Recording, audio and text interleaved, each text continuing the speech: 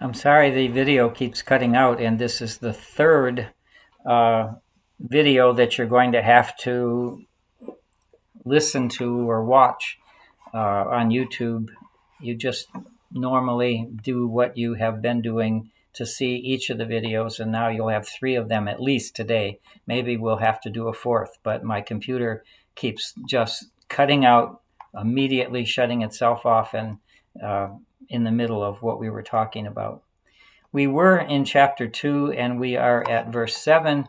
The scribes have issues with what Jesus has just done. Jesus has just said to the paralyzed person, "Son, child, your sins are forgiven."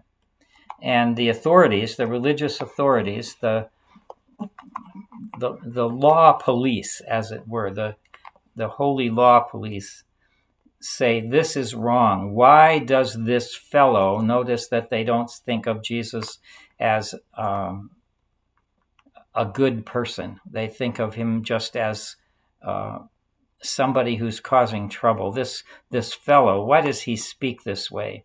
It is blasphemy. That is eventually the charge that Jesus is convicted of in chapter 14 of Mark, when he's on trial with the religious authorities just before his crucifixion. Blasphemy, that is attributing to humans what is only attributable to God, or acting as if you were God. And so they say only God can forgive sins. Who can do this? You can't just tell somebody they're forgiven. Yes, if they've wronged you, you can forgive them anytime. That's possible, but that's not the meaning here. This person has never even met Jesus before, perhaps, and he's telling him that whatever sins he's committed, they've been forgiven. How is that even possible? The religious authorities say only God can give people that kind of assurance. Well, we know from Mark chapter 1, verse 1, that Jesus is the Son of God. We, the reader, know what the authorities and the crowd don't know, that Jesus has this authority. And so Jesus, it just says that they were questioning in their hearts, not out loud, but Jesus perceived in his spirit what they were discussing in their spirits. That is, there was a kind of special understanding that Jesus saw and heard and understood from maybe the expressions on their faces or what he expected them to say. And he perceived that they were discussing these questions among themselves, and said to them, "Why are you raising such questions in your hearts?" Well, I think Jesus knew the answer to that question. He knew that by declaring forgiveness of sins, he was doing something that was not authorized by the law. No priest, no rabbi, no scribe could tell somebody that their sins are simply forgiven. They might tell them to go to Jerusalem and offer the sacrifices necessary for the forgiveness of sins, but you can't just tell someone that all their sins are forgiven. That would require a different understanding of God. And that's what Jesus is bringing. So Jesus says to them, which is easier to say to the paralytic, "Your sins are forgiven," or to say, "Stand up, take up your mat, and walk"?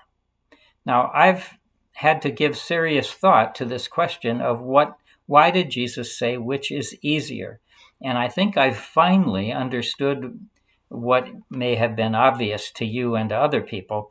It's taken me a while to see why Jesus would say which is easier. Maybe I would have expected which is better or which is harder. But which is easier means if you have the authority to forgive sins, you also have the authority to say to the paralytic, "Stand up, take up your mat, and walk," and to heal that paralysis. If you have the authority to do so, the divine authority and power to do so, one of them is no easier or harder than the other. You can simply say, as God could say, "Your sins are forgiven you," or you could say, "Be healed of your disease." And neither one of those would be easier or harder than the other if you had the authority to do both. And Jesus does. And so that they and the crowd around may know that he, the Son of Man, has authority on earth to forgive sins, he has that authority now. Even before his death on the cross for the sins of the world, even before his atoning sacrifice of himself, willingly giving himself for the sins of humankind, even before that, he is able to say to this person that they are loved and they are forgiven. And also that the crowd around might see that he has that authority. That is the evidence of his authority. He says to the man, "Take up your bed and walk." And he stood up and immediately took up his mat and went out before them all, so that they were all amazed. That's not faith, that's amazement, that's wow. And they glorified God. That is, they gave God the credit for what Jesus was doing. And they have said, "We have never seen anything like that." So we're at the stage where people are being amazed by Jesus' teaching, but they're not becoming disciples yet. They're trying to get their needs met, their healing accomplished, their food given to them. And as in the story of the bread and the loaves, people are coming to get their human basic needs met. They're not thinking of becoming disciples of Jesus and putting their trust in him personally. So that's as far as we got in the Monday study group. I want to mention one more thing if the computer doesn't shut off and prevent it. Jesus here for the first time calls himself the Son of Man.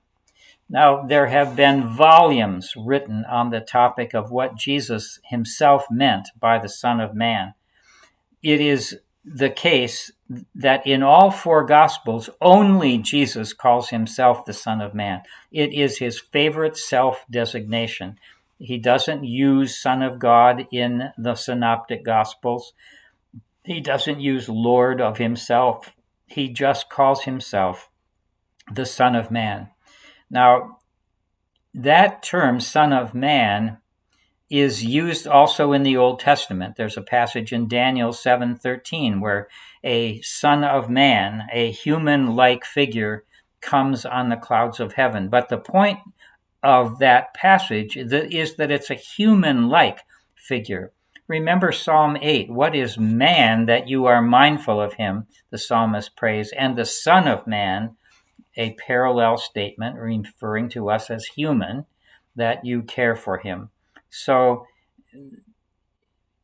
in Ezekiel, God talks to Ezekiel, and when he addresses Ezekiel, he says, "Son of man." That's like, "Hey, you," or "Guy," "Yo, you," friend, fellow, person, human being, Son of Man. So Jesus is basically saying here that he is the Son of Man in his humanness. Now, the term in Aramaic, Bar Nashah, Son of Man, can also mean I. It could be a circumlocution for I. So if you don't want to say, "I have the authority on earth to forgive sins," you say, "The Son of Man has authority on earth to forgive sins." When Jesus says the Son of Man has nowhere to lay his head, he says, "I have nowhere to lay my head." So keep in mind that Jesus is the only one who uses this term.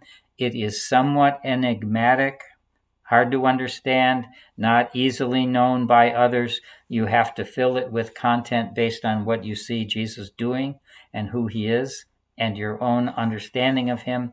But it's also an emphasis on Jesus' humanness, his ordinary guy humanness. The Son of Man has authority on earth to forgive sins. We'll talk more about Son of Man as we go on in Mark. Thank you for your patience in watching 3 videos. If you got this far, we only got through verse 13 of chapter 2.